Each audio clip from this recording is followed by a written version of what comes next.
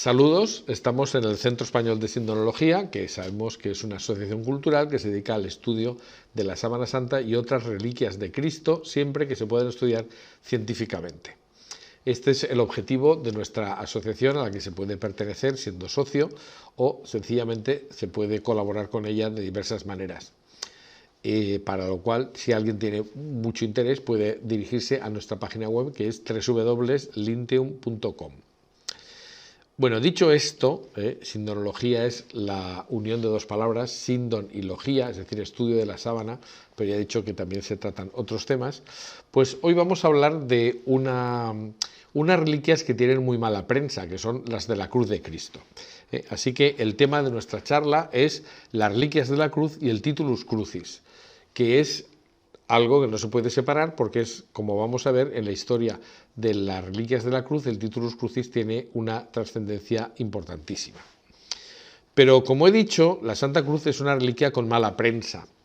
Es más, es muy habitual que cuando uno aborde un tema así, como el de las reliquias, se suele utilizar una frase que parece que es algo así como si fuera palabra de Dios, que se atribuye además a los científicos.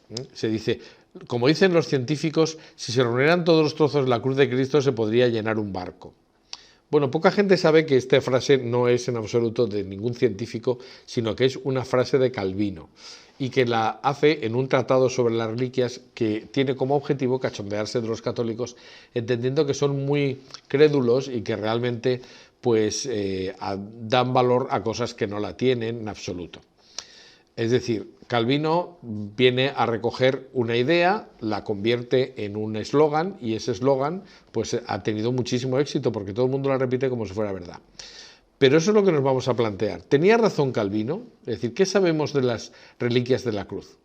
Porque eso se ha estudiado y veremos al final qué es lo que dice la ciencia de verdad. Bueno, lo primero que tenemos que hablar es qué pasó con la cruz de Cristo desde el momento en que Jesús fue retirado de la cruz. Y hay que tener en cuenta que esta charla tiene una serie de puntos de coincidencia con la que habla precisamente del hallazgo del Santo Sepulcro, porque lógicamente se realizaron en el mismo momento. Pero a pesar de que nos repitamos en algunos aspectos, vale la pena para quien oiga una charla y no oiga la otra, pues que podamos recordar los elementos fundamentales, teniendo en cuenta que no voy a decir exactamente igual. Bueno, lo primero que tenemos que decir es que durante los 3 primeros siglos la cruz pues no se menciona en absoluto. También hay que tener en cuenta que los cristianos no consideraban la cruz un elemento positivo o un signo positivo hasta que no se halla realmente la cruz de Cristo, que entonces cambia completamente la mentalidad en torno a este objeto que no era más que una especie de silla eléctrica o de guillotina, es decir, un instrumento horroroso de martirio o sencillamente de ejecución. Y pues evidentemente los cristianos no consideraban que fuera algo que les determinara, ¿no? Que les identificara. Bien, pero repito, vamos a hablar primero de qué ocurre con la cruz de Cristo físicamente. Bueno, en el momento en que Jesús es crucificado en el Gólgota, y aquí tenemos una reconstrucción de cómo podría ser la zona de la muralla de Jerusalén, en torno a la cual se encuentran el lugar del Calvario y del sepulcro, que según San Juan estaban en el mismo sitio. Pues, ¿qué pasó cuando Jesús fue enterrado? Bueno, lo sabemos porque sabemos cómo se halló la cruz después, entonces podemos deducir lo que pasó antes.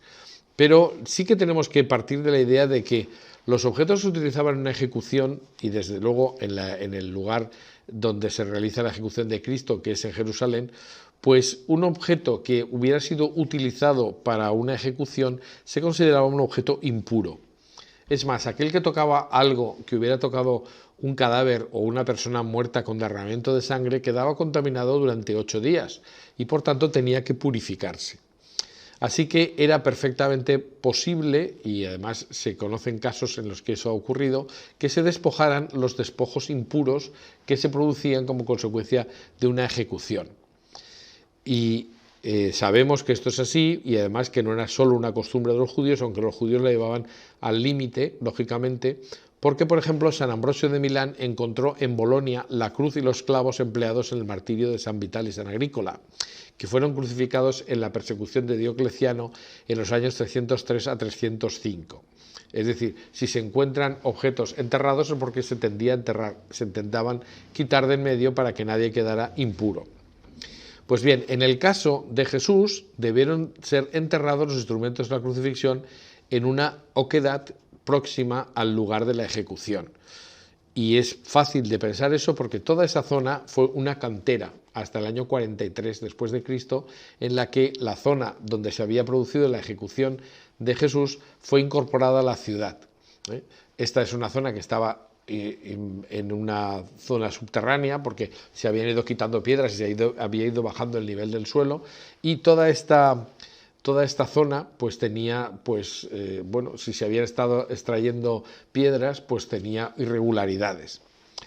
Está claro que eso, en el momento en que la muralla se regulariza y se añade esa esquina que había quedado fuera inicialmente y se incorpora a un barrio nuevo de la ciudad de Jerusalén, pues toda esa zona cambia muchísimo. Pero no es el único cambio importante. Nosotros pensamos que la cruz se dejó en alguna oquedad y que ahí enterrada estuvo, sobre todo cuando se colocaron los escombros para regularizar el terreno y ampliar la ciudad de Jerusalén. Pero hay más modificaciones importantes. Toda la zona de Jerusalén cambió radicalmente cuando Tito, en el año 70 después de Cristo, sometió y destruyó Jerusalén. Esa destrucción fue una destrucción pues prácticamente en la que, cumpliendo lo que había hecho Jesús, no quedó piedra sobre piedra. Posteriormente hay otra modificación importantísima de la ciudad de Jerusalén, porque el año 135 el emperador Helio Adriano romaniza la ciudad de Jerusalén. En el año 125 había habido otro intento de sublevación contra los romanos y la ciudad había sido destruida y después de esa destrucción pues se aparece una refundición. En el año 135, como digo, se crea donde estaba Jerusalén una nueva ciudad romana que es la Elia Capitolina. Es decir, Adriano se dedica a una ciudad a él mismo que se llamaba Helio y concretamente pues se trazan unas nuevas calles siguiendo el esquema romano, es decir, hay el cardo máximo que va del norte al sur y del este al oeste el decumanus, y a partir de ahí pues se cuadricula toda la ciudad.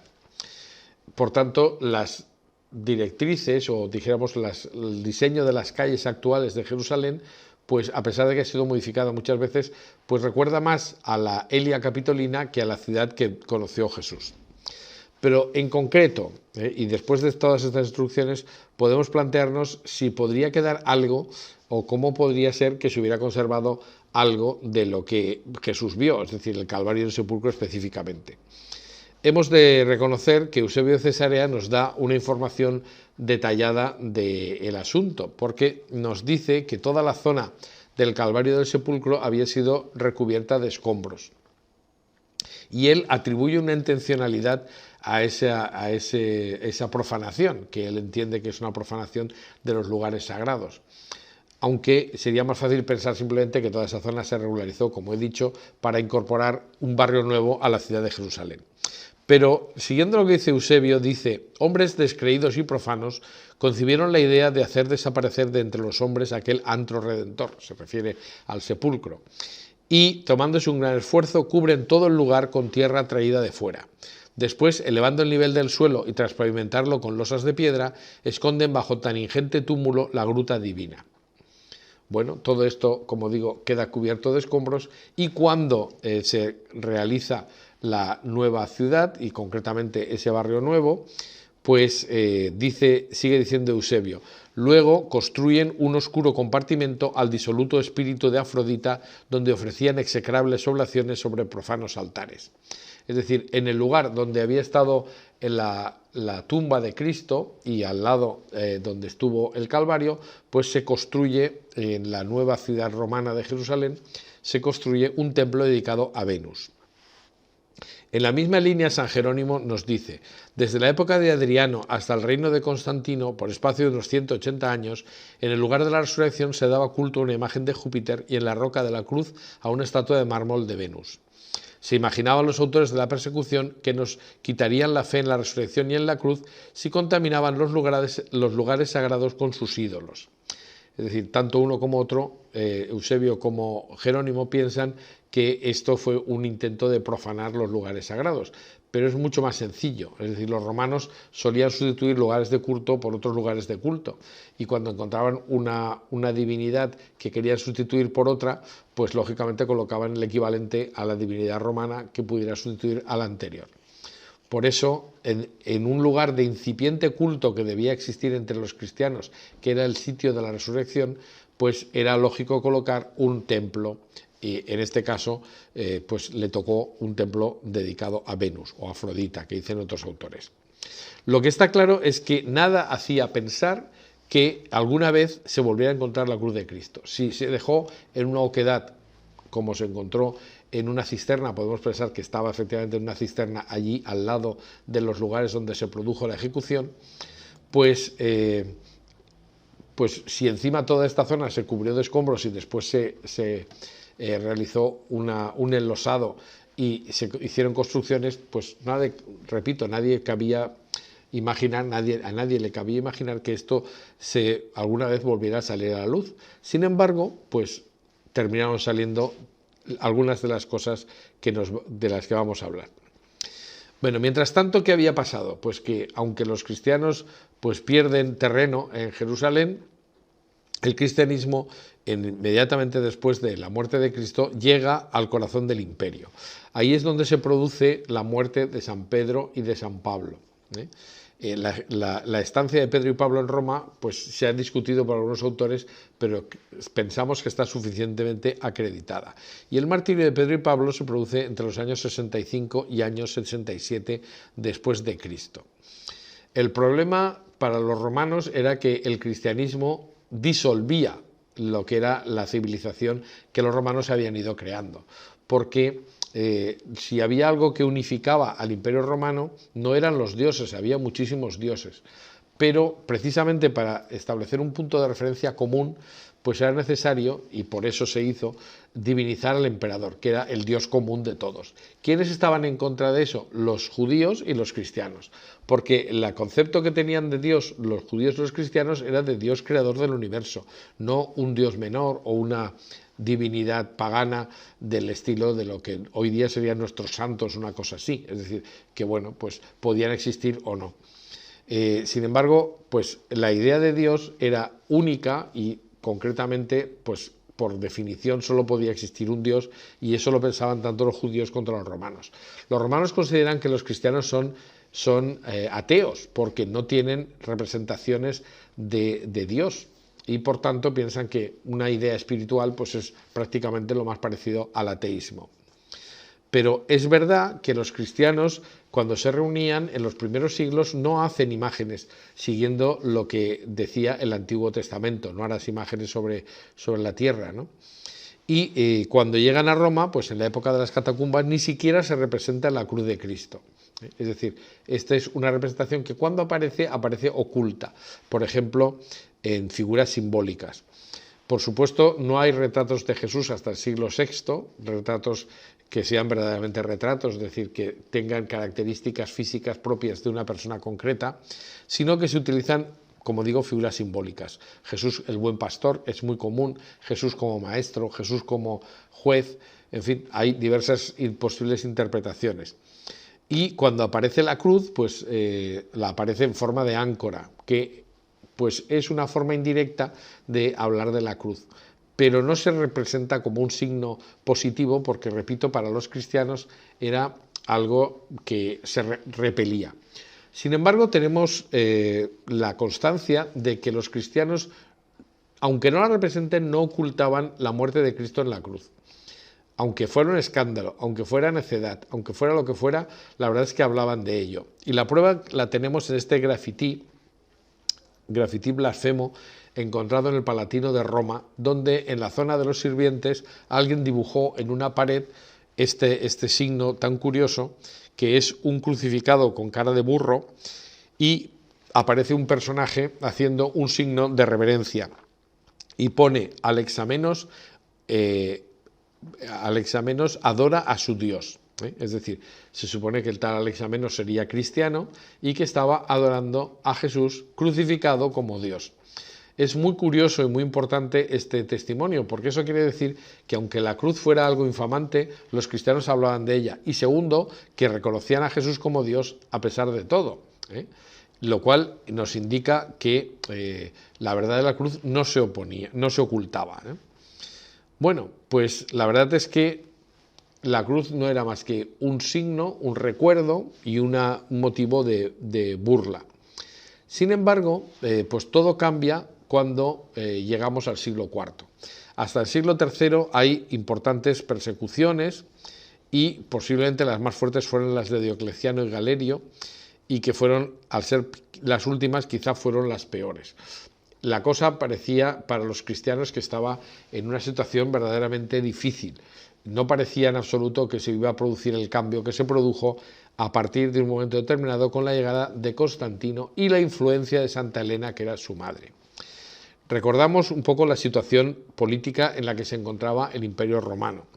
En el momento en que Constantino llega al poder, concretamente llega siendo César de Occidente, porque hay que tener en cuenta que había 2 Augustos y 2 Césares, uno en Oriente y otro en Occidente, 2 Augustos, eran 2 emperadores, y tenían sus respectivos Césares.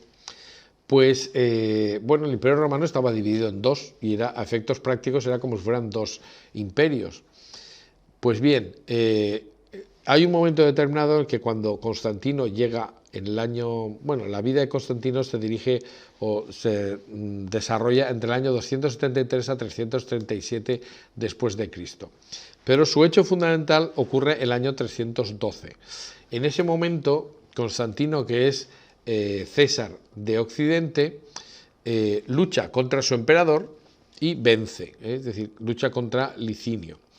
Entonces, el sueño de Constantino es un episodio que se cuenta, no se sabe muy bien hasta qué punto es legendario o cuáles ribetes se han ido añadiendo al contar la historia, pero lo cierto es que hay una base, y es que sabemos que Constantino en un momento determinado cambia su actitud respecto de los cristianos e incluso coloca el lábaro, el signo cristiano, en el estandarte de las legiones.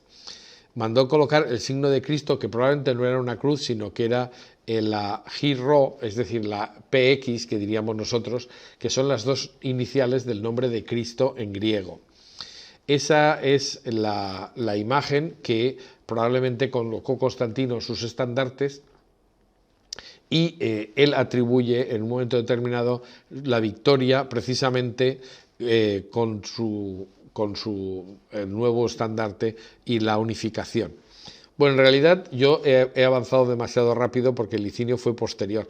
Inicialmente venció a Magencio en la batalla del puente Milvio, convirtiéndose en el único Augusto de Occidente, y fue después cuando pues también barre al emperador oriental, que era Licinio. Pero en el año 313 lo que aparece es el edicto de tolerancia, es decir, en principio el cristianismo no pasa a ser la religión oficial, pero se tolera. Probablemente, y eso es una opinión mía personal, por influencia de su propia madre, que sí que era verdadera cristiana. Pero lo cierto es que al final pues se unifica todo el imperio bajo un único Augusto, es decir, se vuelve a la unificación. Esto ocurre en el año 323, cuando Constantino se convierte en el único emperador y decide proteger al cristianismo. No es todavía el cristianismo la religión oficial, cosa que pasará unos años después. ¿Cuál era el objetivo de Constantino para unificar el imperio aceptando el cristianismo cuando el cristianismo había sido un factor de disolución de esa unidad del imperio? Bueno, probablemente pues porque hay un refrán que piensa que si no puedes con tu enemigo, únete a él. Es decir, era muy interesante pensar que si los que discrepaban eran los cristianos, si eran ellos los que tomaban la voz cantante, los otros no discreparían. Y es verdad, porque los otros pueblos admitían un Dios más, que se llamara Yahvé o como se llamara. Los únicos que no admitían que hubiera más de un solo Dios eran los cristianos y los judíos. Pues intenta Constantino unificar y apoyarse en una religión de paz que, al fin de cuentas, era muy conveniente. En la historia de Constantino es muy, yo creo que verdaderamente trascendente, la existencia de la madre, Santa Elena. El poder de una madre es inmenso, muchas veces la influencia de las madres es terrible, y yo pienso que, bueno, terrible en el buen sentido, y que el arma secreta de la divina providencia fue precisamente la aparición de Santa Elena. ¿Qué sabemos de Santa Elena? Bueno, parece que en el año 273 se casó con Constancio Cloro, el padre de Constantino, que era un general que se convierte en César, y esta era simplemente una sencilla moza de posada. En la literatura de la época se dice que era estabularia, no sabemos exactamente lo que significa, y hasta el punto de que hay algunos autores que han pensado poco menos que Santa Elena era prostituta. Eso es una exageración absoluta que no tiene ninguna base. Pero podía ser una moza de establo, es decir, una moza que atendía un mesón o una cosa así. Concretamente ella era de una ciudad actualmente en Alemania, que es Trier, era la antigua Treveris, y bueno, pues se casa con Constancio Cloro, y tiene a Constantino, su hijo. Lo que ocurre es que Constancio Cloro, llamado Cloro por el color verdoso de su piel, al convertirse en César de Occidente en el año 293, repudia a Helena por no ser de noble cuna y se casa con Teodora, hijastra del emperador Maximiliano Herculius. Eso era una cosa bastante frecuente, es decir, si había un emperador y había un César, el César era, dijéramos que, su sucesor natural. Y para evitar problemas era muy frecuente que contrajeran matrimonio entre sí las familias. Y bueno, pues eso es lo que hace Constancio Cloro, es decir, repudia a Helena y se casa con Teodora. Sin embargo, esto no le debió sentar nada bien a Constantino, porque cuando se convierte en el único emperador, quiso compensar a su madre de todas las maneras posibles. Y un ejemplo clarísimo lo encontramos viendo que efectivamente él llegó a hacer una moneda de oro donde pone una cosa que literalmente no era verdad, pero que se había convertido en verdad por voluntad del emperador. Y pone ahí Helena Augusta. Augusto es el tratamiento del emperador y, en definitiva, es Helena emperatriz. No había sido históricamente emperatriz porque ni siquiera había sido mujer de César, porque había sido repudiada, pero ahora se convierte en la emperatriz madre y es una mujer que tiene mucha influencia y mucha importancia. Efectivamente, Constantino la llama a la corte, la declara augusta y le da la máxima autoridad. Por tanto, era una mujer que podía hacer y deshacer. Y eso es importante para lo que vamos a ver después. Helena no solamente era una mujer de carácter, puesto que había sido trabajadora toda su vida, sino que tenía auténtica piedad. Así nos dice, por ejemplo, Eusebio de Cesarea, cuando en la vida de Constantino nos menciona lo siguiente. Dice, se convirtió Helena en una sierva de Dios tan devota que uno podía creer que había sido discípula del Redentor de la humanidad desde su más tierna niñez. Es decir, una mujer conversa, pero que pues tenía verdadera devoción. Un hecho muy importante que tenemos que citar a continuación es lo que se ha llamado el Concilio de Nicea. Efectivamente, si el objetivo político del Augusto Constantino era unificar el imperio con una religión de paz y apoyarse en esta religión que no le causaría problemas, pues era incomprensible para él que justo en el momento en que él intenta apoyarse en una nueva religión, esa religión se divida. Y es que efectivamente los primeros años del cristianismo fueron muy convulsos, aparecieron una serie de herejías bastante importantes. Y una que inicialmente no tuvo importancia, pero después, tiempo después, pues volvió con mucha más fuerza, es lo que se llama el arrianismo. El arrianismo es consecuencia de la doctrina de un obispo, que fue un tal Arrio, quien en el año 318 manifiesta que para él Jesús no puede ser igual a Dios Padre, es decir, es un Dios menor, porque ha sido creado por el Dios Padre y consecuentemente pues no puede ser igual a él. Esto origina una discusión importante dentro de las filas de la Iglesia y por eso Constantino llama a todos los obispos del orbe cristiano, que era prácticamente coincidente con el Imperio Romano, y les indica que tienen que ponerse de acuerdo. Fue fácil porque realmente la verdad es que los arrianos, aunque sostenían que Jesús era un Dios menor, no negaban que fuera Dios. Y lo que pasa es que entendían que era de un valor inferior. En el concilio, la verdad es que solamente 2 padres conciliares mantuvieron la postura de Arrio de casi 300, por tanto, pues la solución fue fácil, ¿no? Es decir, el mantenimiento de la idea de que Jesús era Dios, sale clarísimamente en el Concilio de Nicea, donde también se concreta el credo y se dice aquello de que Jesús, o mejor dicho, la segunda persona de la Santísima Trinidad es consustancial al Padre. Eso es muy importante para que quede definido el problema y se pueda solucionar. Pero en este concilio se produce algo que es trascendente para lo que nosotros intentamos explicar, que es que en Jerusalén los lugares sagrados de Jesús estaban ocultos bajo una ingente cantidad de escombros y encima debajo de un templo. Pues bien, es en ese contexto donde el obispo Macario de Jerusalén pues se queja al emperador amargamente diciendo que se están profanando los lugares santos del cristianismo, y es un signo de buena voluntad si se pudiera hacer algo por ello.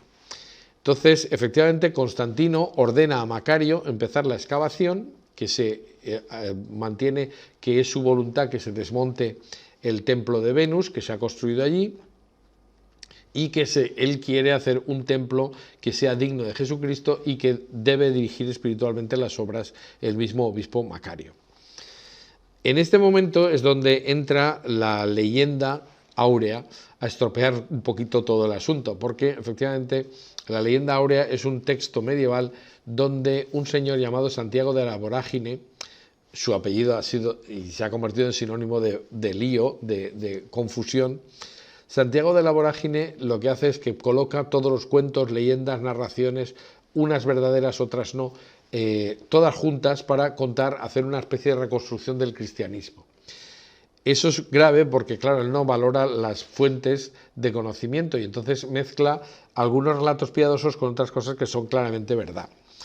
Una de ellas es todo lo que se refiere al hallazgo de la cruz, y ahí hay mucha leyenda sin fundamento, porque no todas las leyendas son malas, además, muchas de ellas tienen un fundamento histórico importante. Pues bien, Helena, ya anciana, porque tenía ya unos años, cuando se entera de que se va a desmontar el templo de Venus y que allí debajo, según los cristianos, estaría el lugar de la resurrección, quiere ir de Roma hasta Jerusalén porque quiere ver lo que ocurre allí. Según la leyenda áurea, pues fue necesario torturar a un judío para que dijera dónde habían puesto la cruz y tal. Todo esto suena a cuento medieval, por supuesto, y lo que ocurre es mucho más sencillo. Nos dice, por ejemplo, Eusebio en la vida de Constantino que aquel loco, refiriéndose a Adriano, quería esconder al género humano el esplendor del sol que se levantaba sobre el mundo y no advertía que, queriendo relegar al olvido los santos lugares, fijaba inexorablemente el sitio, y que en el día establecido por Dios para la liberación de su iglesia, las columnas del templo de Venus se convertirían en indicaciones infalibles para el descubrimiento de los santuarios. Es decir, los cristianos habían mantenido la memoria de dónde estaba el lugar de la resurrección y, evidentemente, si encima Adriano había construido encima un templo, pues era la forma fantástica de marcar el sitio. Y es entonces cuando se encuentra, al levantar todos los escombros, cuando se empieza a descubrirse qué estuvo allí antes, siglos antes, ¿no? Es cuando se produce la invención de la cruz. La palabra invencio en latín equivale a hallazgo, por tanto no es que se inventara la cruz, sino que se halló. ¿Y qué es lo que pasó? Bueno, Eusebio no menciona el hallazgo de la cruz. Nos dice que se ha encontrado la gruta de la resurrección, pero no se menciona la cruz. Y esto ha hecho que algunos autores digan que sí, esto no es un hecho histórico, pero no hay ninguna duda de que la cruz se halló junto al lugar de la resurrección. Nos dice Eusebio, y entonces contra toda esperanza apareció el venerable y santísimo testimonio de la resurrección salvífica. Es verdad que no lo dice Eusebio, pero sí lo dicen otros autores. Por ejemplo, San Cirilo de Jerusalén le escribe al emperador Constanzo en el año 351. En tiempo de tu padre Constantino fue hallado en Jerusalén el saludable leño de la cruz. Es un dato suficientemente antiguo y suficientemente próximo a los hechos como para que se pueda considerar como una afirmación de carácter histórico.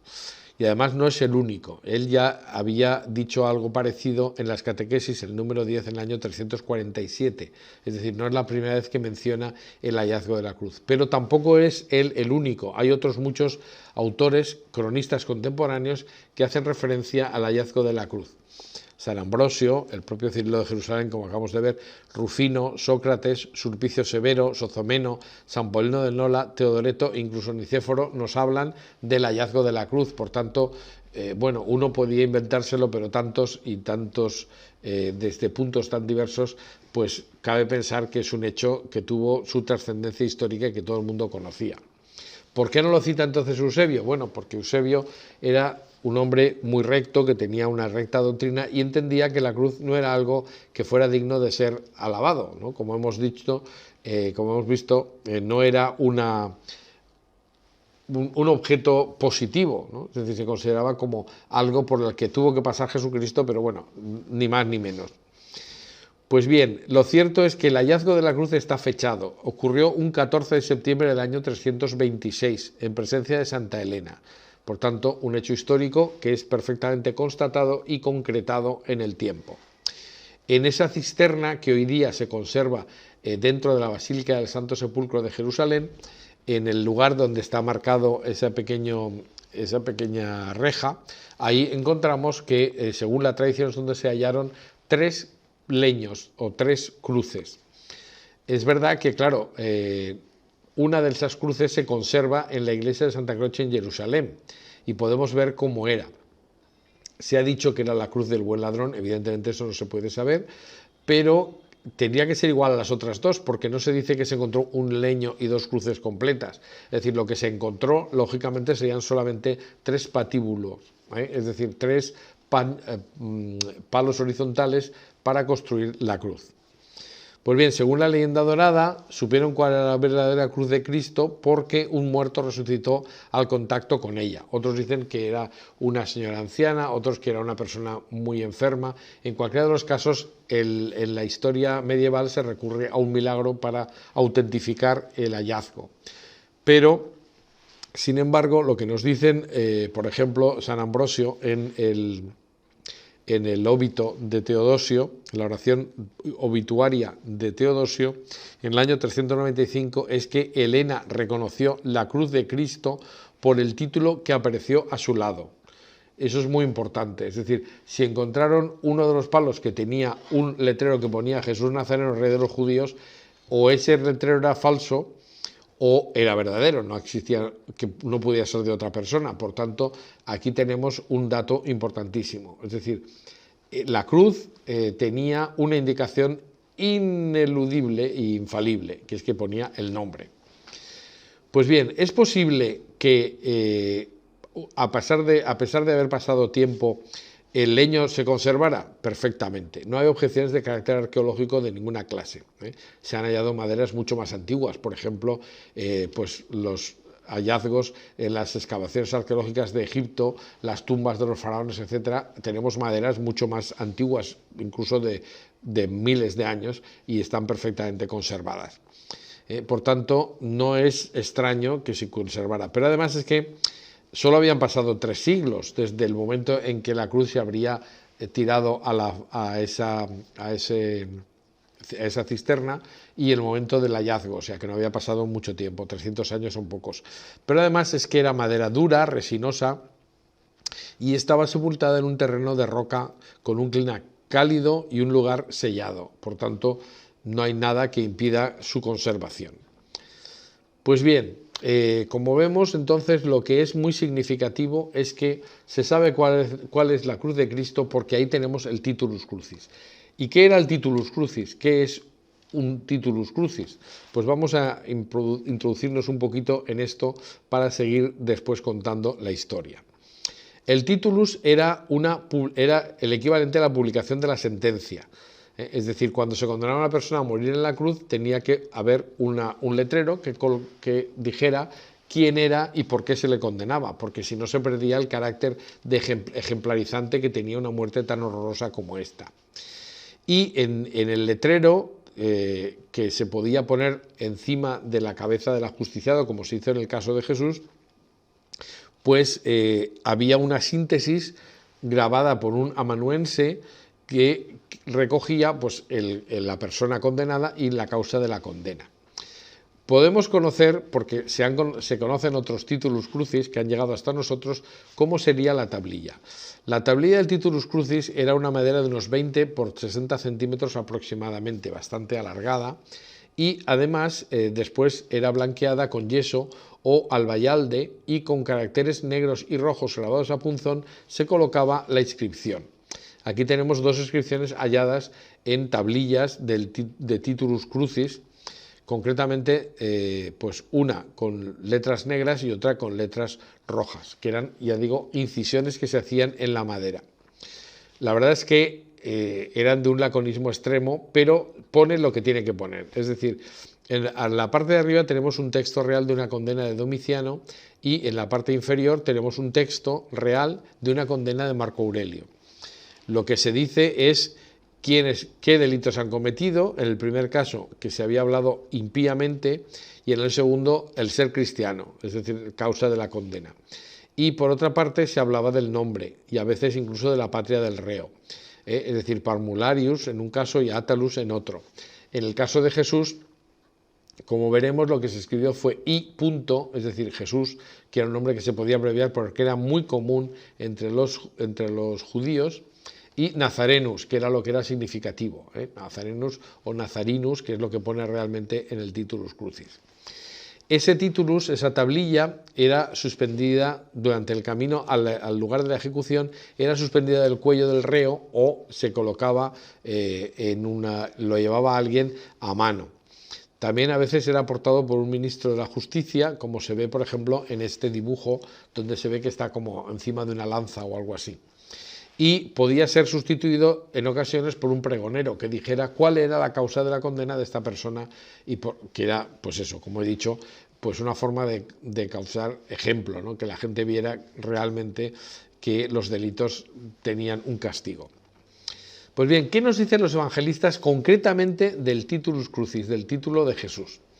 Bueno, la verdad es que todos los evangelistas mencionan que se usara, lo cual es bastante significativo. Dice Juan, por ejemplo, Pilato también hizo escribir un letrero y lo puso en la cruz.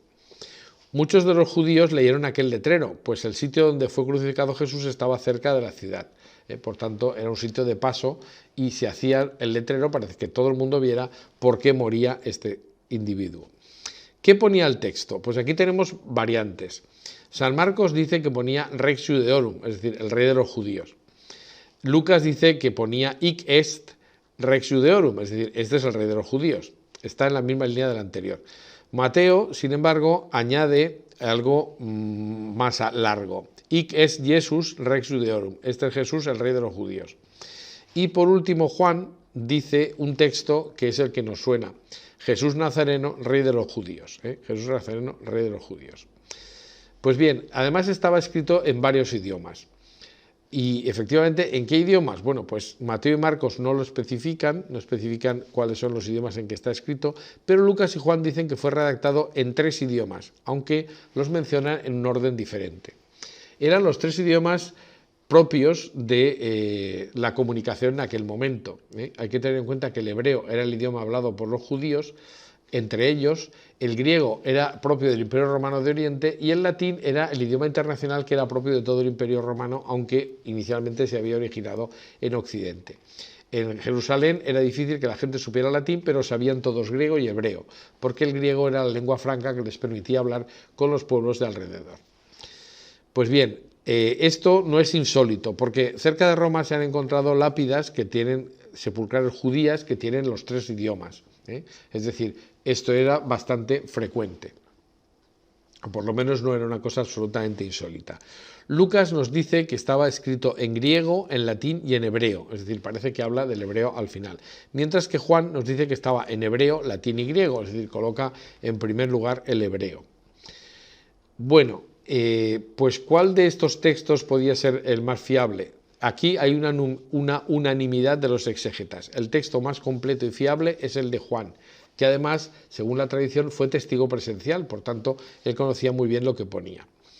O sea que la causa de la condena constaba, en definitiva, en una tablilla sobre la cabeza del crucificado, que estaba redactada por Pilato, aunque no escrita por él personalmente, sino por un amanuense, y ponía en hebreo, griego y latín Jesús Nazareno, rey de los judíos. Bien, los términos. Para la población leer Jesús Nazareno, rey de los judíos debió ser un verdadero escándalo público. ¿Por qué?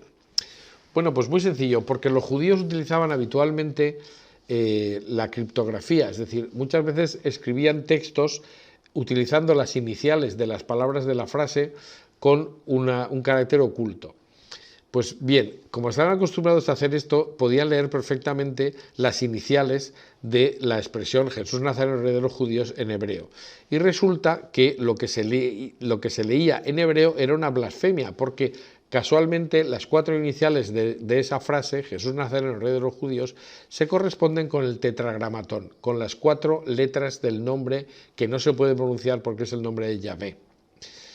Pues bien, esto era tanto como que un judío podía leer encima de la cabeza de Jesús, oculto, pero ahí lo veían claramente, nada menos que Yahvé, es decir, Dios. Eso era escandaloso. Y esto explica, por ejemplo, por qué se dice en los evangelios que los sacerdotes le pidieron a Pilato que cambiara el texto y que pusiera, este ha dicho que es rey de los judíos. Texto excesivamente largo para lo que era una tablilla como las que acabamos de ver. Pero, ¿cuál es el motivo de ese cambio? Pues que se trataba de evitar que apareciera el nombre de Dios, aunque fuera en las iniciales de la tablilla del ajusticiado. Es decir, era una verdadera blasfemia, era algo inaceptable. Pero efectivamente esas 4 iniciales son las del tetragramatón y efectivamente ellos pues entendían perfectamente que ahí ponía algo más que Jesús Nazareno, rey de los judíos. Bien, ¿y cuándo se halla el titulus? Hemos visto que se halla cuando se excava por debajo del templo de Venus en Jerusalén y se descubre muy cerca una cisterna donde aparecen las cruces. Y entre ellas, pues aparece también el titulus crucis. La consecuencia inmediata, pues eso tiene varias consecuencias, el hallazgo de la cruz, pero una consecuencia inmediata es la construcción y la consagración de la Basílica de la Anástasis, aunque esto es consecuencia más bien del hallazgo del lugar de la resurrección, pero también el de la cruz, porque la cisterna se integra dentro de la construcción que hace Constantino. Y en solo 9 años se hace un templo realmente importante. Hemos visto que la cisterna estaba bajo de lo que sería la basílica central, que era lo que se llamaba el martirium. Todo esto lo hemos contado en la charla sobre el Santo Sepulcro y por tanto quien quiera más conocimiento de esto pues puede dirigirse a esa charla. Pero hay que tener en cuenta que los edificios constantinianos pues intentaron integrar todo lo que se encontró. ¿Y por qué? Porque cambia completamente el significado de la cruz y pasa a ser un elemento totalmente positivo. Piénsese que muy poquitos años antes el Imperio Romano estaba intentando acabar con el cristianismo y pocos años después, nada menos que un emperador apoya la construcción de una basílica y reivindica el cristianismo. La consecuencia espiritual de este hallazgo es espectacular, se considera prácticamente un signo divino. Es como si el propio Cristo acabara de resucitar y diera el espaldarazo a la Iglesia. Es decir, era lo que se necesitaba, se halla precisamente la cruz de la que se ha estado hablando durante siglos. Y eso parece un signo claro de que Dios está detrás de ese hallazgo. Pero no obstante, pues como el propio Cirilo de Jerusalén dice en su catequesis número 13, que hemos visto que se escribe el año 347, pues deja claras los puntos de vista sobre la cruz. Dice, reconozco la cruz porque reconozco la resurrección. Si el crucificado hubiera permanecido en ese estado de crucificado, no reconocería la cruz. Como a la cruz le siguió la resurrección, no me avergüenzo de ello. Porque si no, sí que me avergonzaría de ello. Es decir, esto es importante tenerlo en cuenta para ver cuál es el contexto en el que de repente se produce un cambio radical. Es decir, de ocultarse, o por lo menos de no representarse nunca la cruz, pasará a ser el centro de toda la representación cristiana y se colocará en la cúpula o en la zona central de las basílicas romanas donde se celebra el culto cristiano. Bueno, entonces ese hallazgo de la cruz, que es un 14 de septiembre del año 326, es el día donde se exalta la cruz y es el que se conmemora el hallazgo milagroso de la cruz.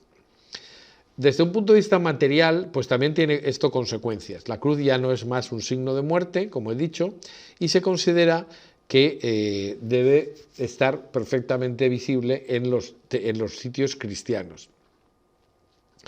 Y por otra parte se distribuyen sus porciones por todo el mundo, que eso es un hecho que es lo que en la que después se fundará Calvino para decir lo que dice, ¿no? De que los fragmentos están distribuidos por todo el mundo, aunque eso hay que matizarlo. En cuanto a la primera consecuencia, efectivamente, entre el siglo IV y el siglo VI, la cruz pasa a todos los edificios cristianos. Y aquí tenemos, por ejemplo, una representación de la Basílica del Santo Sepulcro con la cruz en una iglesia importantísima de Roma, que es una de las más antiguas que se conservan.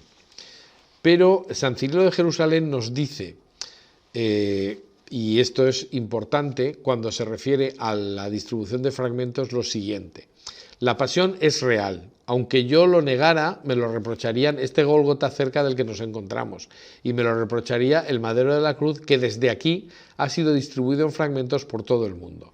Pues sí. Y claro, uno con la mentalidad del siglo XXI podría pensar, ¿no hubiera sido más lógico conservar la cruz tal como estaba, ya que se había encontrado? Pues no, eso se encaja con una mentalidad actual, pero en absoluto encaja con la mentalidad de Santa Elena, que fue la que tomó la decisión. Puesto que tenía un pensamiento propio de su época, ella lo que entiende es que es mucho mejor fragmentarlo, es decir, parte y reparte las reliquias. La cruz pasa a distribuirse como mínimo en 3 bloques. Uno va a Jerusalén y otro a Roma y otro a Constantinopla. Y el Titulus Crucis, precisamente, posiblemente porque tenía una inscripción, en lugar de distribuirlo en fragmentos que hubiera perdido todo su valor, simplemente se corta por la mitad, se asierra y la mitad se lleva a Jerusalén y la otra mitad se lleva a Roma. Pues eso, aunque a nosotros nos parezca una barbaridad, es algo que está perfectamente en consecuencia o en coherencia con lo que piensa un señor o una señora del siglo IV y siguientes. Bueno, y entonces, ¿qué pasa con estas reliquias? Porque a partir de este momento, pues ya parece que le vayamos a perder la posibilidad a la cruz de hacer un seguimiento exacto. Bueno, pues vamos a ver. De momento, lo que está claro es que las reliquias de la cruz se dividen en 3. Y hay 3 fuentes de reliquias. Por eso, si queremos estudiar un lignum crucis, tendremos que ver de cuál de los 3 fragmentos procede y hacer un seguimiento desde el principio. Hemos dicho que efectivamente los fragmentos de la cruz se distribuyen entre Roma, Jerusalén y Constantinopla. Como he dicho también, parece que el Titulus no se distribuye en fragmentos y parece que no se lleva fragmento alguno a Constantinopla porque no consta, pero sí que se lleva en la cruz. Al menos, por lo menos, no tenemos noticia escrita de que se llevara y se hiciera este envío, y no aparece en ninguna relación de reliquias. Por tanto, cabe pensar que el Titulus estaba en Roma o en Jerusalén. La parte que se queda en Roma es la que pone Jesús Nazareno y la parte que pone Rey de los Judíos es la que queda en Jerusalén, según vamos a ver.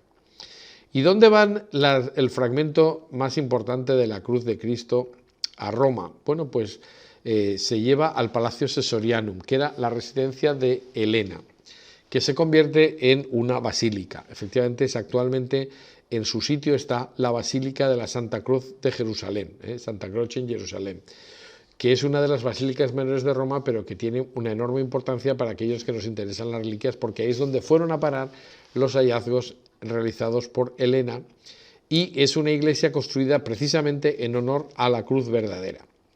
¿Qué reliquias trajo a Jerusalén, de Jerusalén a Roma, Helena?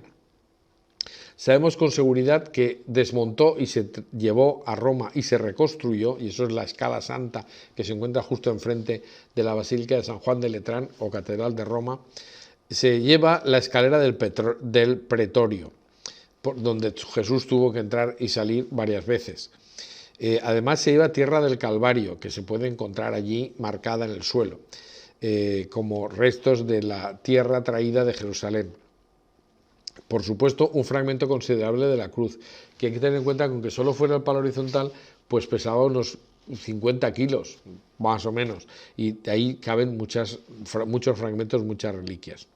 La mitad del Titulus Crucis, el título, la parte que hemos visto que ponía Jesús Nazareno, y no tengo tanta seguridad porque no lo he estudiado profundamente, pero parece también que se citan 3 o 4 clavos encontrados en el mismo lugar, pero no sabemos que sean de Jesucristo porque no sabemos cómo se reconocieron, aunque quizá, como hay que tener en cuenta que no era muy frecuente clavar a los crucificados, pues quizá si eran los únicos que se encontraron se tendrían que atribuir a la cruz de Cristo perfectamente, ¿no? Y también algunas espinas de la corona, aunque esto es algo que también habría que estudiar más profundamente. Lo cierto es que en el relicario de Santa Croce en Jerusalén, pues tenemos un fragmento bastante grande de la cruz de Cristo, pero mucho más pequeño de lo que tendría que llegar de Jerusalén a Roma, porque efectivamente se fueron distribuyendo fragmentos por muchos sitios. En segundo lugar, la segunda fuente de Lignum Crucis la tenemos en Constantinopla. Un trozo grande de la cruz se envió a Constantinopla, que era la ciudad que quería constituir Constantino como la nueva Roma, es decir, y así lo hizo fundándola en el año 330. Esta ciudad iba a ser la base de un nuevo imperio romano, pero esta vez basado en el cristianismo. Pues bien, Constantino mandó colocar la porción mayor en la base de la columna central del foro. Es una columna que todavía hoy día se conserva, aunque con la toma de Constantinopla por parte de los turcos fue quemada. Por eso se habla de la columna quemada o camberlitas. Y ahí está todavía en el mismo sitio donde fue colocada en la fundación de Constantinopla, aunque en lugar de tener ser el centro de una plaza importante del foro, pues ahora se ha construido y no tiene la prestancia que debió tener en su sitio, pero lo cierto es que ahí está. Y en la base de esa columna pues se colocaron las reliquias traídas de Jerusalén. Bueno, entonces sabemos que en Constantinopla había varios fragmentos de la cruz de Cristo que se distribuyeron. Había algunos en Santa Sofía y en el Palacio Imperial. Y también había otros entre las iglesias de la ciudad. Algunos han llegado hasta nosotros con verdaderos relicarios, algunos fueron robados en la toma de Constantinopla, en fin, aparece de todo, pero hay un montón de trozos de la cruz de Cristo distribuidos a partir de los que llegan a Constantinopla.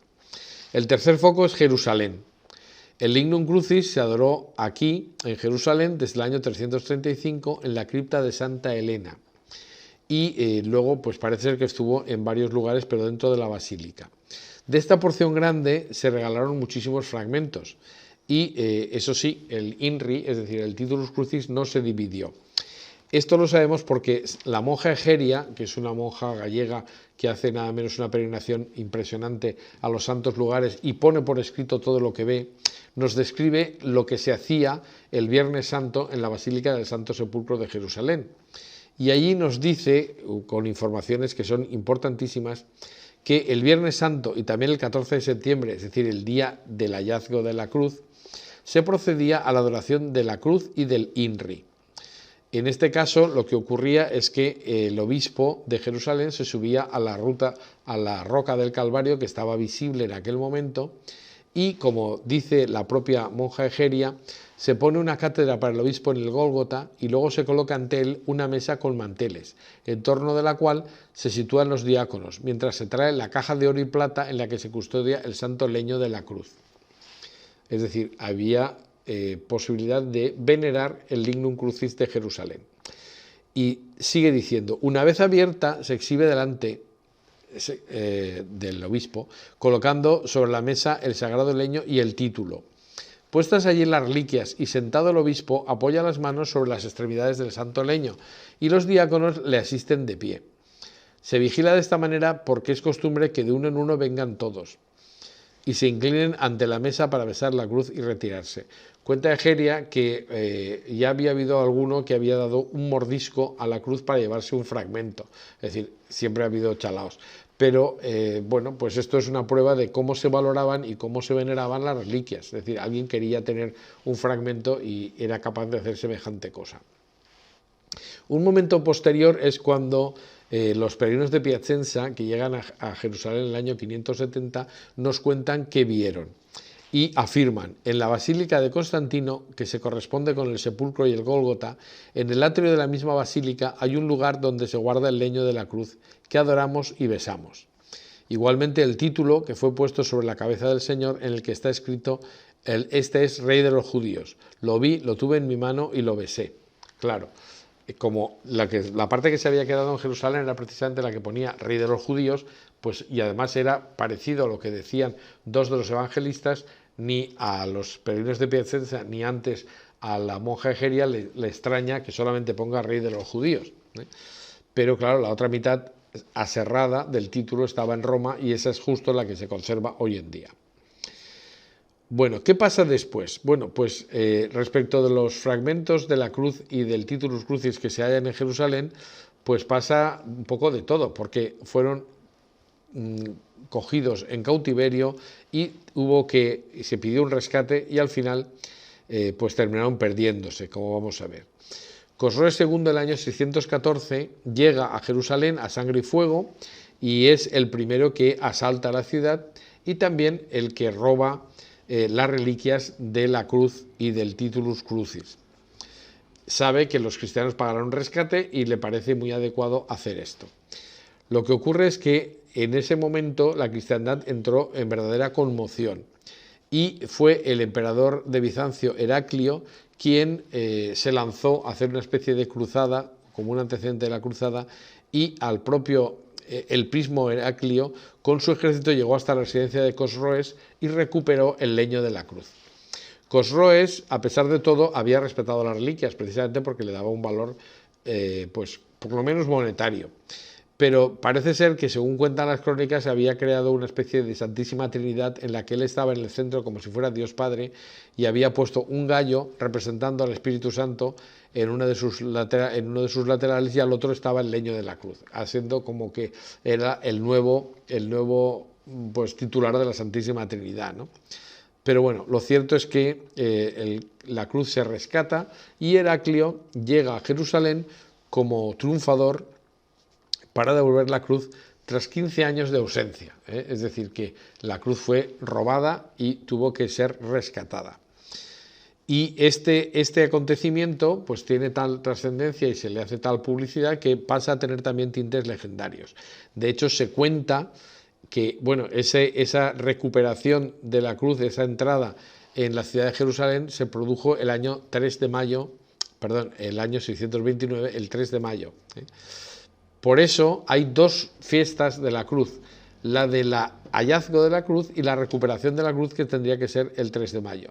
Aunque, como vamos a ver, actualmente se han cambiado y la exaltación de la Santa Cruz se celebra el 3 de mayo cuando tenía que ser el 14 de septiembre y el 14 de septiembre la invención de la Santa Cruz pues es cuando se habla de la exaltación. Es decir, bueno, se han cambiado los títulos de estas dos fiestas. Lo que estaba diciendo de que Heraclio entra en Jerusalén de forma que la leyenda pues nos cuenta de cómo lo hizo, ¿no? Y se dice que Heraclio, intentando entrar con la cruz, le pesaba tanto que era absolutamente imposible de llevar. Por eso lo que hizo fue despojarse de sus vestiduras imperiales y entonces en humildad pudo entrar perfectamente con la cruz en Jerusalén. Es decir, ya vemos que esto es otro hecho que es recogido por la leyenda áurea y se le da un tinte legendario, pero acorde con la importancia y la gravedad de los hechos.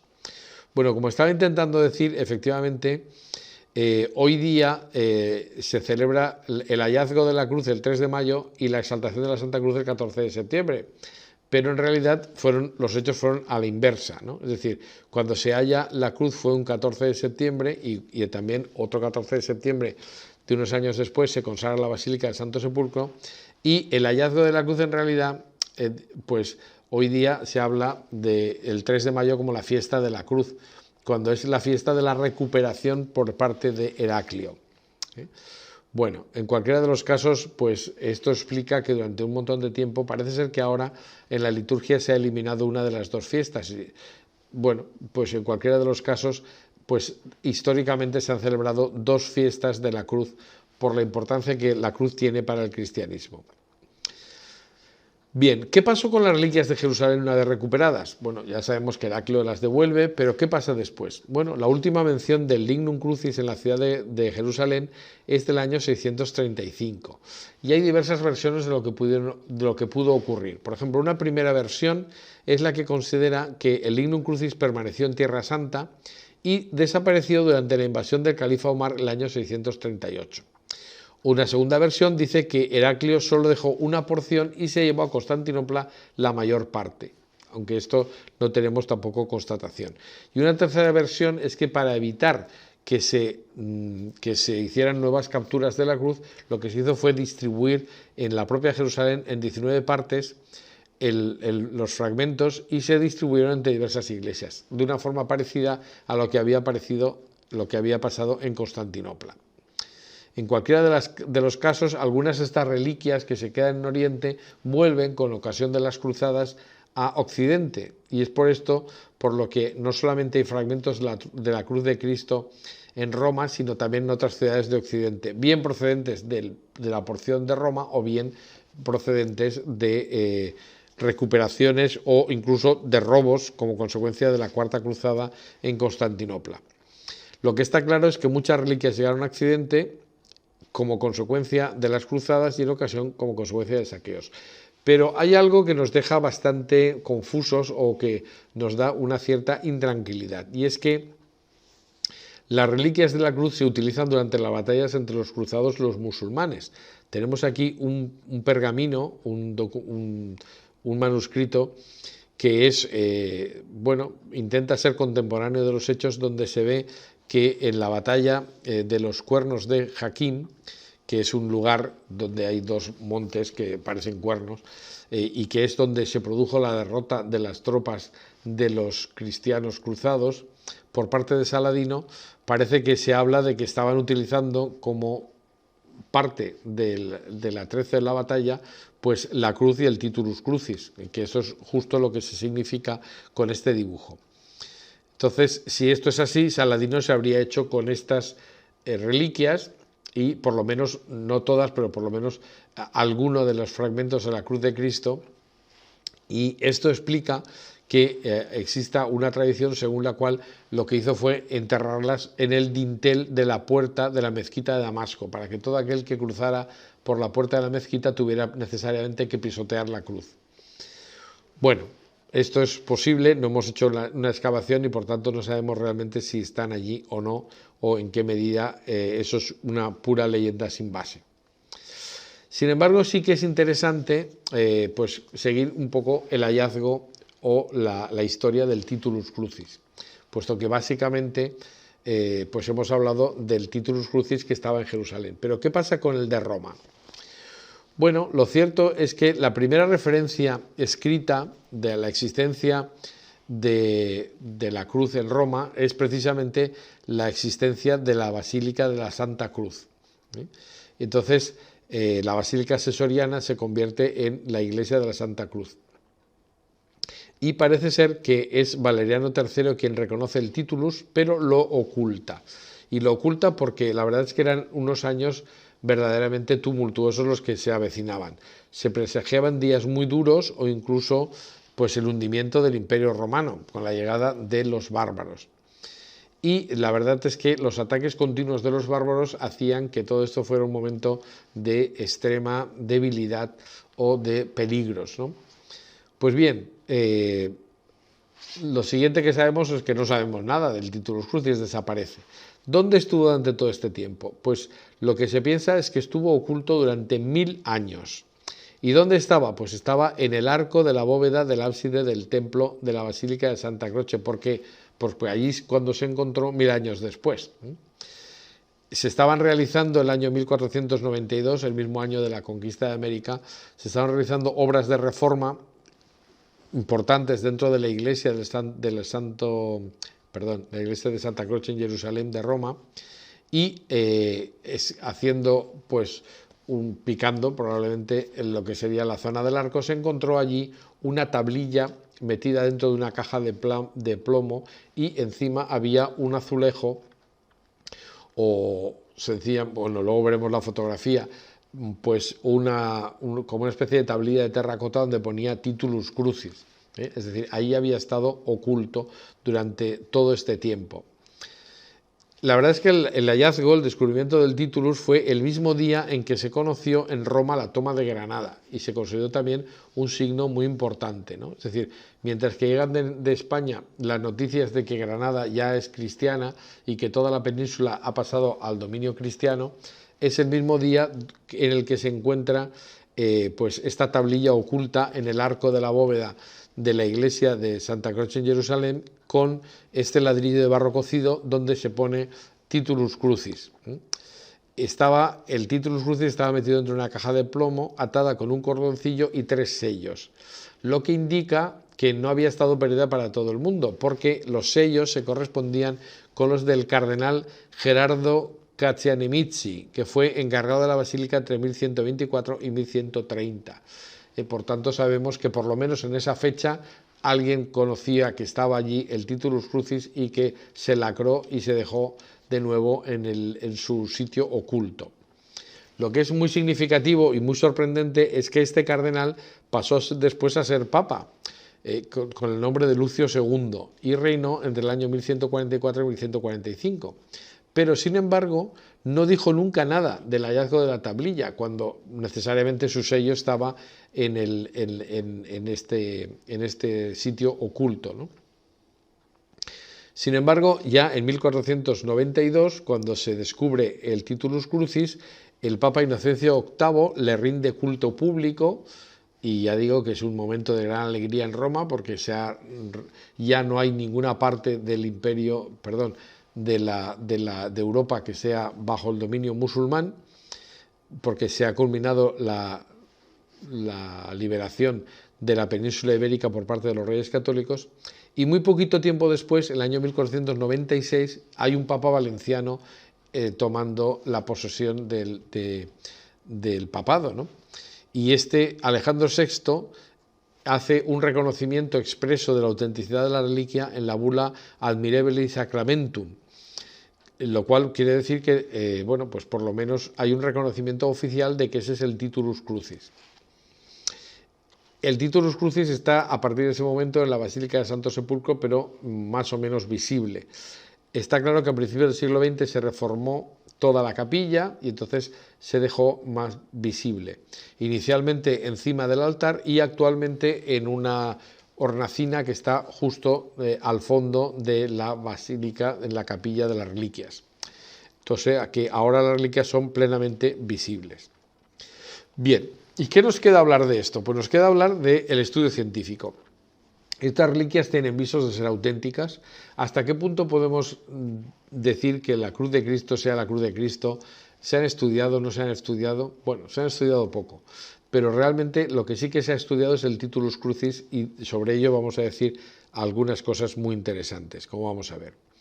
Lo primero que hay que tener claro es que la cruz, como hemos visto, ¿se había distribuido por todo el mundo? Bueno, pues no, se había distribuido por todo el mundo conocido, que hay que tener en cuenta que no era tan grande como el mundo actual. Evidentemente hay montones de relicarios con lignum crucis, pero hay que tener en cuenta que el área donde se encuentran es un área limitada geográficamente a lo que era prácticamente el antiguo Imperio Romano. Es decir, en Europa hay reliquias, pero en Asia no hay reliquias, en América no hay casi reliquias de la cruz, a no ser que las llevaran los españoles y cosas así. Es decir, el ámbito donde se pueden encontrar los trozos de la cruz de Cristo, aunque parezcan muchos, está muy limitado geográficamente. En segundo lugar, a veces los relicarios son enormes, pero las reliquias son minúsculas. E incluso es muy frecuente encontrar relicarios donde haya un trozo de madera y realmente simplemente haya una incisión y ahí en el centro haya un trocito que sería realmente la reliquia incrustada para darle el carácter de reliquia a la totalidad del madero. Pero es que esto es muy fácil, es decir, la confusión entre el tamaño del relicario o el relicario mismo y la reliquia es muy frecuente. Es decir, cuando hablamos del Santo Cáliz vemos que efectivamente el relicario es mucho más grande que la propia reliquia, que es solo la parte superior. O el relicario de la cruz de Caravaca, pues es enorme, teniendo en cuenta que ya está vacío desde el año 1936, en el que se robó la cruz que estaba en su interior, y ahora hay un fragmento mínimo enviado desde Roma para que efectivamente sea un lignum crucis. Pero no quiere decir que el tamaño del relicario corresponda con el tamaño de la reliquia. O otras reliquias que se dice que contienen en su interior, dijéramos, son un estuche que contiene en su interior la auténtica reliquia. Bien, en segundo lugar, pues hay que decir que eso, es decir, a veces son absolutamente minúsculas las partículas, pero realmente la importancia de la partícula no depende de su tamaño, ¿no? Y por otra parte, en tercer lugar, hay que destacar también que nuestro concepto de reliquia está influido por el racionalismo y por las ideas de la Ilustración. Nosotros queremos una demostración auténtica, una demostración científica de que esto sea una reliquia de Cristo, pero eso nunca ha sido importante desde el punto de vista de la Iglesia, porque reliquia, en definitiva, es recuerdo, y nos recuerda, y la misma función que realiza una reliquia es la que realiza un icono, por ejemplo, es decir, nos recuerda y nos pone en contacto con el personaje que está representado. De tal manera que reliquias o recuerdos de los santos pueden ser parte del propio santo o pueden ser cosas que utilizara él o cosas que han tocado las dos anteriores. Y así tenemos en cuenta que para la liturgia de la Iglesia una reliquia puede ser tres cosas. Puede ser una reliquia en sentido estricto, como por ejemplo la parte del cuerpo de ese santo. En el sentido lato, pues sería lo que hubiera utilizado ese santo, por ejemplo sus vestiduras, y en sentido latísimo, algo que hubiera tocado a las dos anteriores. Entonces, las tres cosas nos ponen en contacto con el personaje y por tanto son reliquias. Hasta el punto de que la Iglesia Católica hoy en día considera que cuando una reliquia tiene más de 200 años, pues se considera ya una reliquia histórica, independientemente de que sea o no lo que parece que es. Esto ocurre en muchos casos. Por ejemplo, pues copias de la Sábana Santa tenemos muchísimas en muchos lugares. Algunas de ellas tienen un valor artístico más que discutible, pero da igual porque todas nos están remitiendo al original que está en Turín y están ratificadas por contacto. Es decir, se dice que en muchos casos que se había frotado la copia sobre la reliquia para que, dijéramos, participara de su santidad. Pues bien, lignum crucis, pues ya digo, puede haber algunos que sean en sentido estricto, en sentido lato, en sentido latísimo. Pero lo que es verdad es que hay algunos que son muy fiables.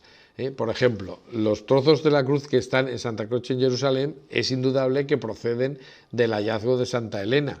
Y aunque se han reducido muchísimo, pues esos trozos parece que no han sido sustituidos por ningunos otros. También, y aunque no podemos entrar en profundidades, en Santo Toribio de Liébana, en Cantabria, es en España, donde se dice que está el fragmento más grande del mundo y que se cortó en Jerusalén en el siglo V.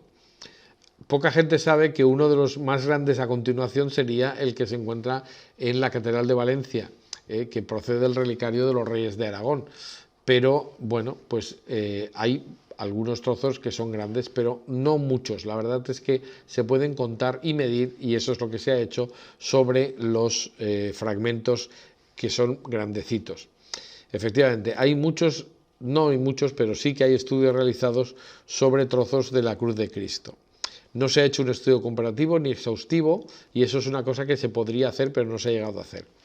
Lo que sí que se ha estudiado con más profundidad es el Titulus Crucis, y aprovechamos para destacar que esta es una fotografía fantástica y de muchísima resolución, donde se ve muy bien las incisiones de las letras del Titulus Crucis, y se ve muy bien uno de los lados carcomido, pero el otro cortado a serrucho, es decir, esa es la parte central de la tablilla, y ahí faltaría la otra mitad, que es la que Santa Elena envía a Constantinopla.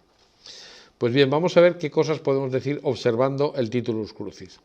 En primer lugar, hay que decir que la tablilla, en cuanto a sus pesos y medidas, tiene un grosor de 2,6 centímetros, 14 centímetros de alto y 25 centímetros de ancho, lo cual quiere decir que tendría 50 o 60 centímetros en total, porque hay que tener en cuenta que hay una parte que está carcomida y que sería un poquito más grande, y que habría otro tanto, por lo menos, si se partió por la mitad.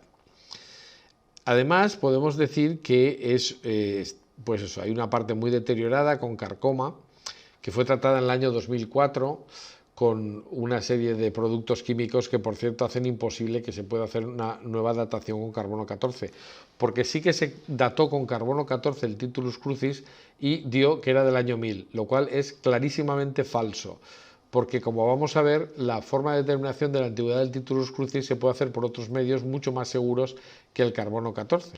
Pero de hecho no se podría volver a repetir esta datación porque está tratada la madera y esto la hace imposible. Bien, más cosas. Pues hay que decir, pues esto, que una parte está muy deteriorada y la otra está cortada con un corte limpio propio de una sierra. Además sabemos que es madera de nogal, de color castaño, y tiene restos de cal de color grisáceo en la parte central, como vemos aquí. Esto nos indica que efectivamente ha estado encalado, tal como estábamos diciendo antes. Es decir, se han hecho con un punzón, se han hecho una serie de incisiones para hacer las letras que estarían en rojo o en negro probablemente. Pues bien, también tenemos que decir que estas letras grabadas a punzón tienen unos 3 centímetros de altura y que la línea superior está en hebreo, la segunda en griego y la tercera en latín. Pero lo que es curioso es que se trata de, en los 3 idiomas está la escritura invertida. Esto es una cosa muy curiosa, pero no es en absoluto tan extraña como parece, porque se han encontrado letreros, como vamos a ver enseguida, que estaban escritos de derecha a izquierda, tanto del latín como del griego. Lo que pasa es que eso es propio de Oriente. Bien, no adelantemos acontecimientos, de momento lo que tenemos que decir que esta es la mitad de un letrero cuyo contenido coincide exactamente con lo que dice San Juan. Jesús Nazareno, rey de los judíos. Y por tanto lo que estamos viendo es que hay una partición que hizo Elena, donde la mitad que falta es la que Egeria vio en Jerusalén el año 384. Y que Egeria consideró que era el título completo porque coincidía, como he dicho antes, con lo que citan Marcos y Lucas, Rex Judeorum. Sin embargo, a pesar de que básicamente el Titulus Crucis se corresponde con lo que dice San Juan, en su Evangelio hay algunas variaciones que vamos a estudiar detenidamente o un poquito más detenidamente, que de momento las cito. Hay varias consideraciones curiosas. Primero, el orden de las líneas, que es hebreo, griego y latín, y no hebreo, latín y griego como dice San Juan. La escritura invertida, que ahora veremos que tampoco, de la que podemos decir alguna cosa. Que la línea griega no es una traducción, esto es también muy importante, sino que es una transcripción del latín, es decir, no se ha puesto en griego, sino que se ha traducido del latín. Parece que el amanuense es una persona occidental que intenta traducir y lo que hace es que transcribe a letras griegas. Y por otra parte, pues es muy llamativo que tanto en la versión en latín como en griego se haya abreviado el nombre de Jesús. En latín pone I.IIC o IS en griego y no se pone el nombre completo. Pues bien, la situación de la escritura invertida, que es algo muy llamativo, hasta el punto de que normalmente la gente nos dice, has puesto la diapositiva al revés. Ahora, por el ordenador eso no cabe, pero antes que se utilizaban diapositivas físicas, pues lógicamente era muy fácil que te dijeran, ese letrero lo has puesto mal, la diapositiva está invertida. No. Y es que efectivamente el griego inicialmente se escribía de derecha a izquierda y conocemos textos latinos también escritos con la dirección contraria en Tierra Santa, lo cual nos hace pensar que la inscripción es propia de Oriente. Por otra parte, el texto sabemos que era dictado en el idioma oficial, que era el latín. Esto es lo que haría Poncio Pilato, decir lo que debe constar en latín. Las otras dos versiones las hacía el escribano, el escribiente era el que traducía. Y también hay una cosa muy curiosa, que es que dice, Lucas dice específicamente que sobre el letrero estaba escrito en letras griegas, latinas y hebreas. No dice en griego, latín y hebreo, sino en letras. Es decir, estaba transcrito. Es decir, se podía haber traducido, pero lo que se hace es que se transcribe. Es llamativo que en el caso de Jesús, pues más que poner en su nombre, se dice Nazareno. Pero, curiosamente, en la inscripción en griego no pone Nazarenus, o el equivalente transcrito desde el latín, sino Nazarinus. Y en griego, esto vamos a aclararlo porque lo he dicho mal, en la línea en latín del Titulus dice Nazarinus y no Nazarenus, que sería el habitante de Nazaret. Y en la línea griega, pues si se hubiera traducido, pondría Nazoraios y no Nazarenis, que es exactamente lo que pone. Entonces, esto es algo sorprendente, porque la verdad es que nazareno es un término posterior al original. En la versión más antigua se decía Nazarinus, porque es la más próxima a la forma hebrea original, que era Nazari. Por tanto, bueno, pues aunque San Juan pone el texto Jesús Nazareno, rey de los judíos, es perfectamente aceptable que no se hiciera, y desde luego si fuera sido el Titus Crucis fuera una falsificación basada en los evangelios, pondría lo mismo que dice San Juan, no pondría una cosa distinta por una letra. Bueno, pues esta diferencia precisamente está a favor de la autenticidad del texto, porque utiliza la forma antigua de Nazaret y además la que procede de Nazari, que es la versión judía. Bien, entonces, por otra parte, también parece que contradice a Juan la abreviatura. La abreviatura del nombre I. punto es propia de las inscripciones latinas, y esto hace que nosotros muchas veces ponemos al INRI I. punto, N. punto, R. punto, I. punto, como si fueran todo abreviaturas. Posiblemente viene eso de que hay una constancia de que el nombre se abreviaba, porque ya hemos dicho que para un romano era un nombre muy común en el siglo I. Flavio Josefo dice, nada menos, cita 16 Jesuses. O sea que no es que fuera un nombre que utilizaban varias personas, es que era muy, muy frecuente.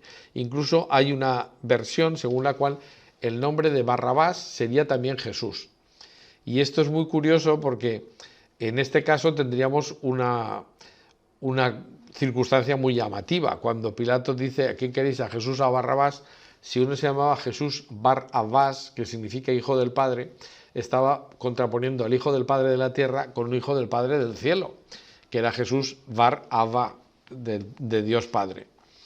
Bueno, en cualquiera de los casos lo que quería decir es que en muchas ocasiones los nombres latinos pasan, y en la cultura antigua no era tan importante si a una persona le llamaban por el nombre o por el apellido, incluso muchas veces por el apodo. Nosotros tenemos nombres de emperadores que conocemos por el apodo, y a veces por el apellido y a veces por el nombre, pero esto no tenía tanta importancia como tiene en nuestras ciudades actuales o en nuestro mundo actual, por la inscripción al registro civil, que es lo que hace fe del nombre de la persona. Allí bastaba con que se pudiera identificar y se acabó.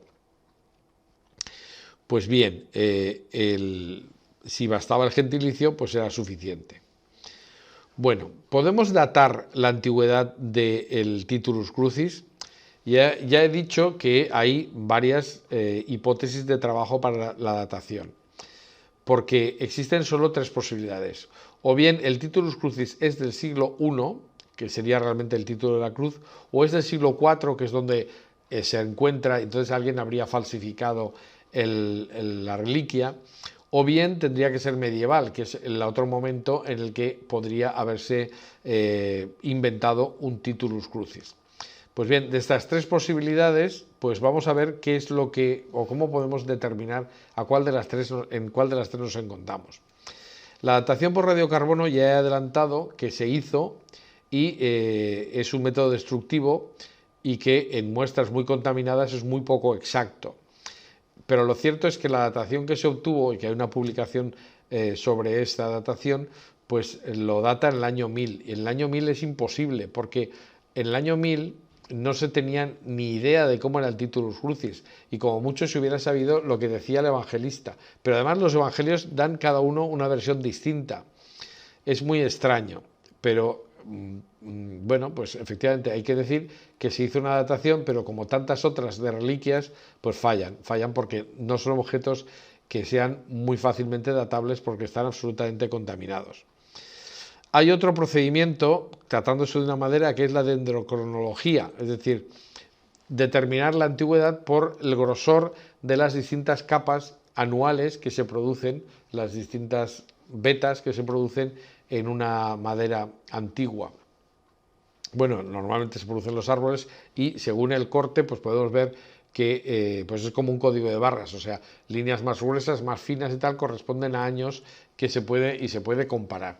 Lo que pasa es que el fragmento que tenemos no es tan grande, no estamos hablando de un mueble gigantesco, sino de un trozo relativamente pequeño de madera, y no hay tal posibilidad de determinar con muy pocas muestras comparables la antigüedad de la madera, y podríamos deducir de qué años es.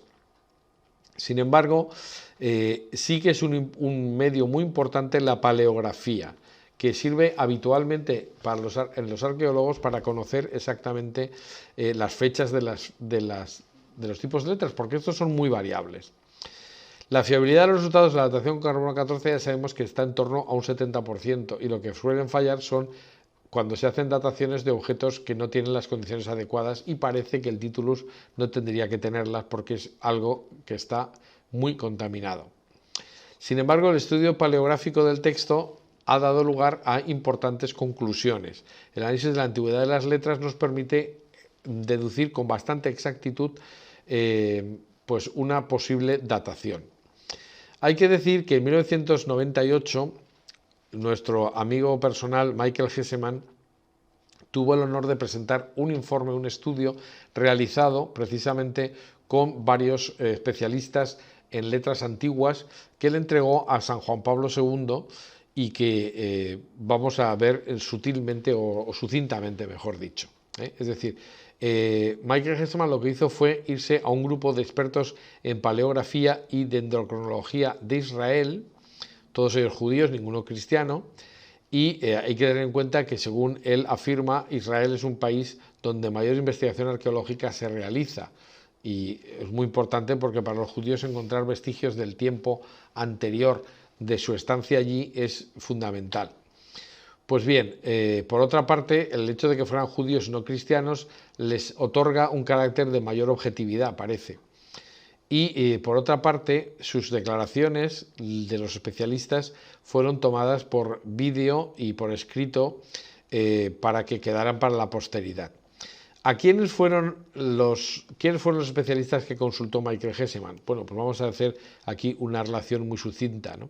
Por una parte está el doctor Barkay, por otra parte el profesor Estelle, la profesora Esther Schell y Lea Disegni, de la Universidad Hebrea de Jerusalén, pero experta en inscripciones griegas de Palestina. Yo creo que no hace falta que leamos el currículum de cada uno de ellos, pero son todos ellos especialistas importantes. También otros 4, el doctor Israel Roll, el doctor Ben Isaac, el doctor Werner Heck y el doctor Gansten Peter Tide. Bueno, todos ellos, como digo, con un reputado pasado y una consideración de verdaderos sabios, ¿no? Pues bien, ¿qué es lo que nos dicen del estudio paleográfico del texto? De momento hay que decir que los 3 textos tienen características muy concretas que permiten una datación exacta, cruzando los resultados, porque dijéramos que aunque unas determinadas formas de escribir pues sean comunes de varias épocas, pues hay que ver en una época en la que coincidan las 3 formas de escribir de los 3 escritos. Vamos por partes. La primera línea en hebreo está extremadamente deteriorada, pero se pueden deducir varias cosas. Tiene un estilo en cursiva, según dice el profesor Estelle, pies muy prolongados, que es característico del paleohebreo. Estamos hablando de un idioma escrito muy antiguo. Y dicen que está hecho por un escritor inexperto y posiblemente no judío. Eso piensa el doctor Barkay. Si se compara con textos hebreos de la época, se puede datar entre el siglo I y comienzos del siglo IV. Así dicen 2 de los especialistas, Barkay y Schell. Bueno, desde luego este tipo de escrito estaba en el siglo I y podrían ser de comienzos del siglo IV, pero de forma más discutible o decrecientemente con menos probabilidad. La segunda línea, que es el texto griego, esta es perfectamente legible y tiene características paleográficas muy claras, y especialmente hay que tener en cuenta que el monograma Omicron Y, que es la tercera letra por la izquierda, Se usó en el siglo I después de Cristo, pero luego no se volvió a usar hasta la época bizantina, hasta el siglo VI. Por tanto, en el siglo IV este signo no se hacía. Por tanto, podríamos decir que uniendo el dato de la primera y de la segunda línea, pues coinciden en el siglo I. Y por otra parte, el estilo de la letra alfa es típico del siglo I y se usó hasta el siglo III, pero ya no se usaba en el siglo IV. Y no en época bizantina tampoco. Y pues dicen los doctores Diseñi y Roll que es una inscripción griega muy temprana. La comparación con otros textos de la época le da una probabilidad decreciente entre el siglo I y comienzos del siglo IV, dice el profesor Tide, pero bueno, coinciden con la letra superior en el siglo I. En cuanto al texto latino, la letra es igualmente muy legible y muy característica, se corresponde al estilo decorativo propio de las tempranas inscripciones imperiales y es perfectamente comparable con las inscripciones del siglo I halladas en Cesarea Marítima. Por ejemplo, pues la famosa piedra donde aparece el nombre de Poncio Pilato, que data perfectamente el texto, ¿no? Es decir, que hay una relación epigráfica obvia. Comparando con textos latinos de la época, podemos decir que no es posible que un falsificador, dice Gesseman, hubiera duplicado sus características, pues estuvo oculto hasta 1961. Y durante muchos siglos, la mayor parte de su historia, el título no ha sido accesible. Y además, pues eso tiene unas características muy concretas. No había fotografías, no se podían copiar, pero es de tal exactitud el dibujo de las letras que la verdad es que si no fuera el Titulus Crucis original sería una copia exacta realizada por un falsificador que fuera en contra de sus propios intereses, ¿no? Es decir, quien quiera que escribiera ese texto, dice el profesor Tide, ni era un copista ni un falsificador. Es decir, es inconcebible que alguien hiciera una falsificación perfecta y que no sea del siglo I, ¿no? Bueno, conclusiones de los expertos. Ninguno de los expertos encontró indicio alguno de que se tratara de una falsificación medieval o posterior, en absoluto. Esto no encaja en una falsificación medieval. Todos coinciden en datarlo en el siglo I y entre el siglo I y comienzos del siglo IV como mucho, pero ninguno excluye que no sea del siglo I y la mayor parte de ellos lo que terminan diciendo es que concretamente sería del siglo I. Claro, el problema es que nosotros nos tenemos que romper nuestros esquemas y decir, ¿es creíble que conservemos el título de la cruz? Bueno, pues la ciencia, una vez más, no nos da una respuesta exacta, pero nos deja en la pista. Es decir, es perfectamente posible, o por lo menos altamente probable, que sea el verdadero Titulus Crucis. Lo que pasa es que a veces somos tan escépticos, toda esta cultura del siglo XX, del escepticismo, de la duda, nos ha hecho ser desconfiados, pensar que no puede existir nada así. Pero la verdad es que las reliquias siempre han existido. Todo el mundo tiene reliquias de sus padres, de sus abuelos, en fin. Es decir, lo que es importante para una persona se conserva y lo que es importante para el cristianismo también. Si en un momento determinado se halló el Titulus Crucis, es impensable que se perdiera.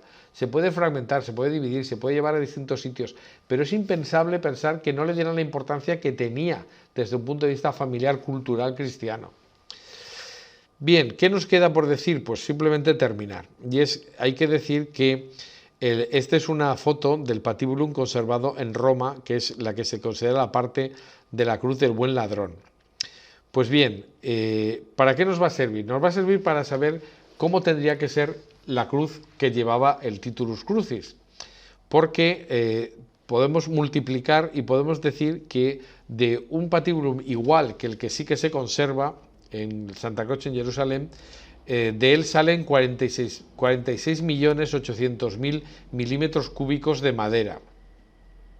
Pues bien, si como es probable el brazo de la cruz de Jesús hubiera tenido análogas dimensiones, supondría que podríamos obtener 46.800.000 milímetros cúbicos de madera, o en centímetros se podrían obtener 46.800 fragmentos de un centímetro cúbico cada uno. Pues bien, hay dos investigadores, uno italiano, profesor Baima Bolone, y otro alemán, que se han dedicado a sumar los centímetros cúbicos de los lignum crucis que están perfectamente identificados en catedrales y sitios de culto importantes. Y efectivamente no son tantos, es decir, hay muchos relicarios pequeñitos, pero los relicarios grandes son realmente menos de los que se creen.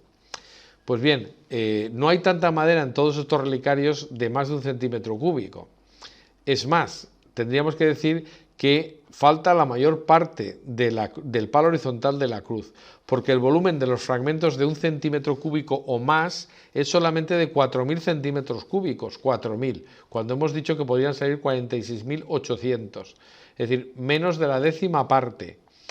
Si, aunque podamos pensar que la inmensa mayoría de los fragmentos o se han perdido o están divididos en partículas pequeñísimas, porque la inmensa mayoría de los Lignum Crucis salen 100 trocitos de un palillo, pues tenemos que pensar que por muchos miles de Lignum Crucis que haya, no hay tantos miles. O sea que, retomando la frase del principio, tendríamos que decir que la frase de Calvino es totalmente falsa. Si se unieran todos los trozos de la cruz de Cristo, no podría llenarse un barco en absoluto. Es más, lo que dice la ciencia con rigor es que si se reunieran todos los trozos de la cruz de Cristo y todos ellos fueran partículas de la verdadera cruz y no reliquias de contacto, no se encontraría ni siquiera el 50% del palo horizontal. Por tanto, ya está bien de repetir como si fueran verdad unos puros eslóganes. O sea, sentimos mucho tener que llevar la contraria a Calvino, pero sinceramente no se puede repetir una mentira tan gorda. Es decir, no se conserva ni siquiera la décima parte del palo horizontal de la cruz. Y si se quiere, ni siquiera la mitad del palo horizontal de la cruz de Cristo. Por eso, ¿qué es lo que tenemos que hacer? Bueno, pues como siempre, estudiar. Si en un futuro se hace un estudio exhaustivo de los Lignum Crucis, se podría incluso conocer el ADN de la madera, no lo sé, y se podrían poner cada oveja con su pareja y ver de dónde procede cada fragmento. Sería estupendo. Pero en cualquiera de los casos, como hemos dicho también en otras ocasiones, no es tan importante y que lo es, pero no es tan importante el saber si estamos verdaderamente con un trozo auténtico de la cruz de Cristo. Hay algunos Lignum Crucis que lo parecen claramente, pero en cualquiera de los casos lo importante de la cruz, y los cristianos lo entendieron desde el primer momento, no es la cruz misma, sino lo que significa. En definitiva, venerar una cruz siempre es venerar la cruz de Cristo, aunque no sea físicamente la misma madera. Eso es realmente lo importante. Por eso podemos estar contentos de decir que cualquier cruz nos sirve para recordar al crucificado, y ese es realmente el hombre al que seguimos y el hombre que buscamos. Pues eso es todo.